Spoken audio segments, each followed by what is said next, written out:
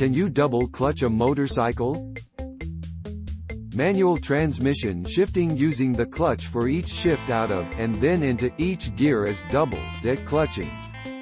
Due to the absence of a neutral spacing, double clutching is impossible for sequential gear changes, as in a fully sequential gearbox used in most motorcycles.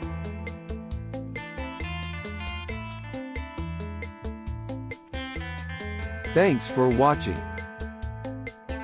Please subscribe.